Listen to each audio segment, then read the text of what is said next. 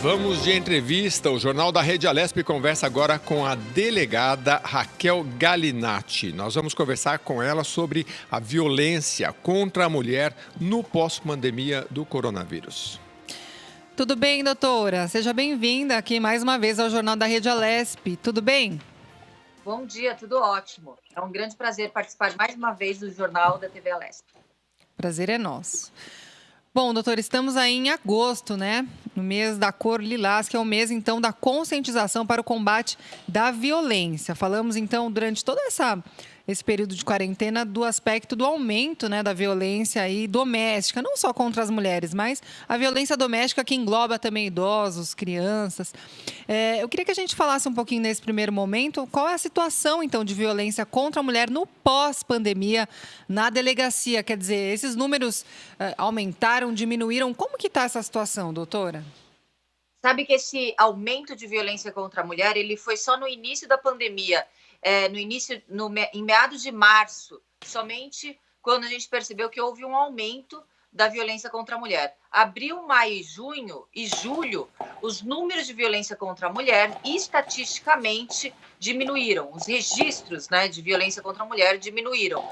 Não sabemos ainda se houve uma subnotificação, um aumento das cifras negras, ou seja, a impossibilidade das mulheres denunciarem, por isso, numericamente, nas estatísticas, a gente percebe uma diminuição, ou se realmente houve uma diminuição. A mesma coisa no que tange ao feminicídio. Março, abril e maio, houve um aumento do feminicídio. Junho, julho, a gente percebeu a diminuição também do crime de feminicídio. A gente ainda é muito precoce que a gente tenha como analisar concretamente o que ocorreu na pandemia, porque existem diversas teorias, aquelas que realmente houve um aumento das cifras negras e das subnotificações. Na realidade, a gente está somente com números ilusórios de diminuição, e aqueles que defendem que houve sim uma diminuição, pois o álcool, a droga, a ausência também de saídas noturnas ou saídas para aquele estresse ou aquela briga entre o casal possa ocorrer e nisso ocasionar brigas e agressões. Então a gente ainda não sabe, é muito precoce a gente analisar esse fato que vivenciamos na pandemia. O que a gente pode afirmar é que vivenciamos uma pandemia dentro de uma pandemia já pré-existente, que é a pandemia de violência contra a mulher, uma pandemia mundial. E dentro desse cenário, doutora, que tipo de agressão é mais comum, né? Ou muda alguma coisa durante a pandemia? Infelizmente, as agressões, elas são gradativas.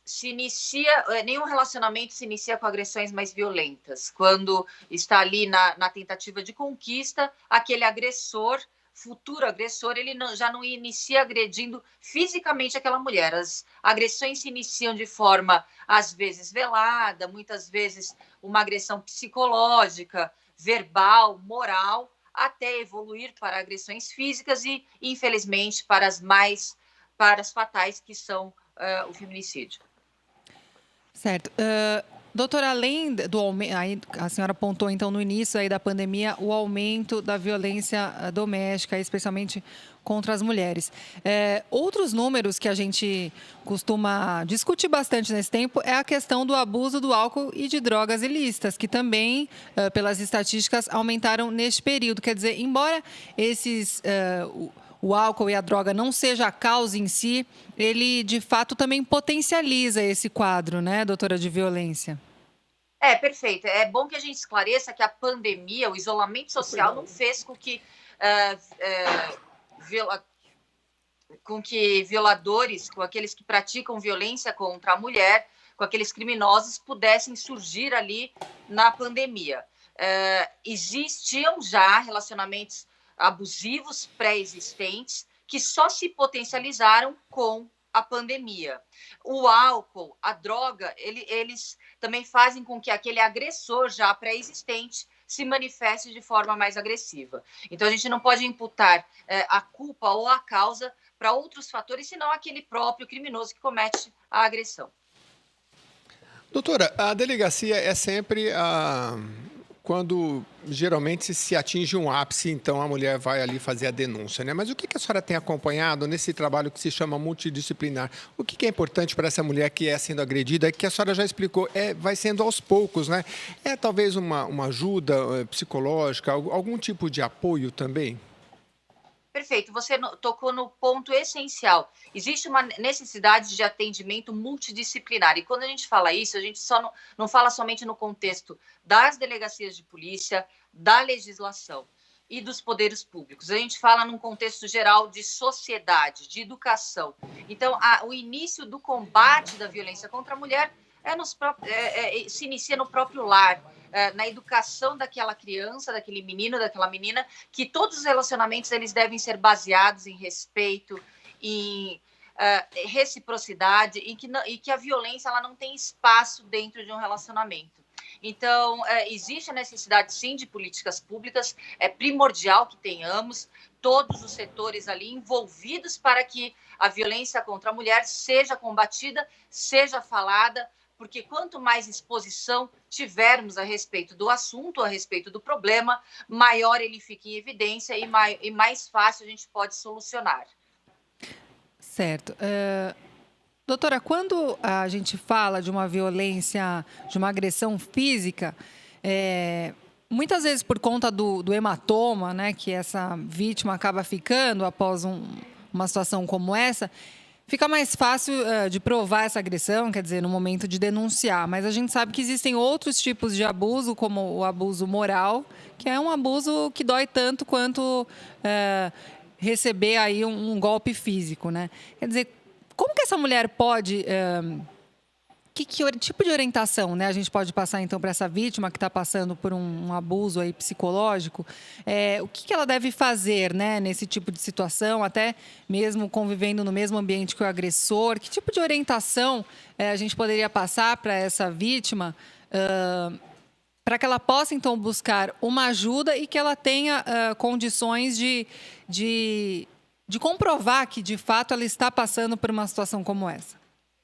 Esse ponto também é um ponto extremamente sensível que você mencionou, pela fragilidade de obtenção de provas.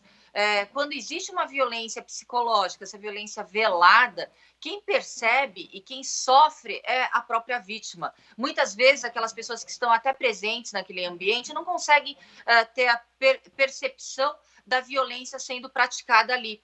Então, realmente, são casos... A gente teria que analisar cada caso concreto, a vítima teria que tentar buscar ao máximo provar, infelizmente, a vítima tem que provar aquilo que está acontecendo, ou através de familiares, amigos, testemunhas, até mesmo a forma como ela é tratada em meios digitais. Realmente, existe uma fragilidade na obtenção de provas, pois a situação ela é muito delicada e ela é muito perceptível somente para aquele que sofre. Nós estamos conversando aqui com a doutora Raquel Galinatti, delegada, falando sobre violência contra a mulher. Doutora, qual é a orientação para essa mulher? Como é que ela deve agir? Ela deve ter dentro dela que, por exemplo, começou essa agressão, vai haver uma separação ou não? Porque a gente sabe que tem muitos casos que a pessoa acaba voltando ao convívio, o marido ou o companheiro fala, não, mas isso não vai acontecer mais. Qual é a orientação que a senhora pode dar nesses casos? Inclusive, eu queria saber também qual é a proteção que o Estado consegue dar para essa mulher, no caso, quando tem filhos, separação de corpos, né? Então, eu queria que a senhora falasse sobre essa decisão, porque a mulher também, às vezes, fica pouco boa. Será que eu vou ter essa separação de corpos? Não vou ter? Tomo essa decisão? Não tomo? Então, vai adiando? Primeiramente, o mais importante a falar é que essa mulher ela não deve se importar e ela não será pré-julgada. Um julgamento ali, pelo fato da mulher conviver com aquele agressor, não conseguir se desvencilhar daquele agressor, ela não conseguir se desvencilhar daquele sentimento de dependência emocional daquele agressor. É uma questão de sobrevivência. A partir do momento em que você está em um ciclo abusivo, de relacionamento violento, não é o que os outros irão pensar de você se você não separar. Você deve separar por você, por questão de sobrevivência, para que amanhã ou depois você não se dirija a uma delegacia de polícia, muitas vezes machucada não só em sua alma, como fisicamente, ou até mesmo em agressões físicas mais graves, ou até causando lesões permanentes, ou até o feminicídio. Então, primeiramente, procure as autoridades competentes, a Polícia Civil do Estado de São Paulo, as delegacias da mulher, tem o telefone 197, tem os boletins de ocorrência eletrônicos, que há a possibilidade também de denunciar através dos boletins eletrônicos, e lembrar que é uma questão de sobrevivência, não é uma questão mais de gostar ou não gostar, é uma questão de sobrevivência. Certo. E, doutora, é importante também falar que as pessoas que convivem próxima a essa vítima, de repente um vizinho, alguém que está ali próximo, que de repente escute, né, brigas e discussões, enfim, que essa pessoa também seja encorajada a denunciar esse tipo de atitude, né? Porque às vezes a vítima ela está tão presa nessa situação que ela não tem condições emocionais, né? Como a senhora disse, machucada em sua alma. Com essa dificuldade, com esse medo, a gente sabe que envolve muitas questões quando a gente fala de cônjuges, né? A dependência, muitas vezes, financeira, emocional. Quer dizer, quem está à volta também pode contribuir para ajudar essa vítima, né, doutora? Perfeito. É muito difícil, às vezes, a vítima, às vezes, ela está sendo monitorada 24 horas, ela está em vigilância constante, ela não consegue nem ao mesmo acessar o celular ou as redes sociais, as redes sociais não, a internet, para poder pedir uma solicitação de ajuda aos órgãos públicos. Então, a gente tem uma crença muito antiga de que no relacionamento as pessoas elas não devem interferir. Só que a gente não está falando mais em relacionamento, a gente está falando em crime. E quando existe um crime, há necessidade, sim, se possível, interferir para salvar essa vítima. Então, esse é o conselho. Se você presenciar algum tipo de agressão que seja entre casais, dentro de um relacionamento, e que você puder ajudar e solicitar ajuda, por favor, faça. Tá certo. Nós conversamos então com a delegada Raquel Galinatti, que falou então sobre a situação de casos de violência contra a mulher aí no pós-pandemia, nesse mês de agosto, que é o mês Cor Lilás, né? Mês de conscientização aí do combate à violência doméstica. Doutora, muito obrigada pela sua participação mais uma vez. Foi muito esclarecedora a nossa conversa. Eu que agradeço, e principalmente na data de hoje, que a Lei Maria da Penha faz mais um aniversário. Parabéns. É verdade. Obrigada, doutora.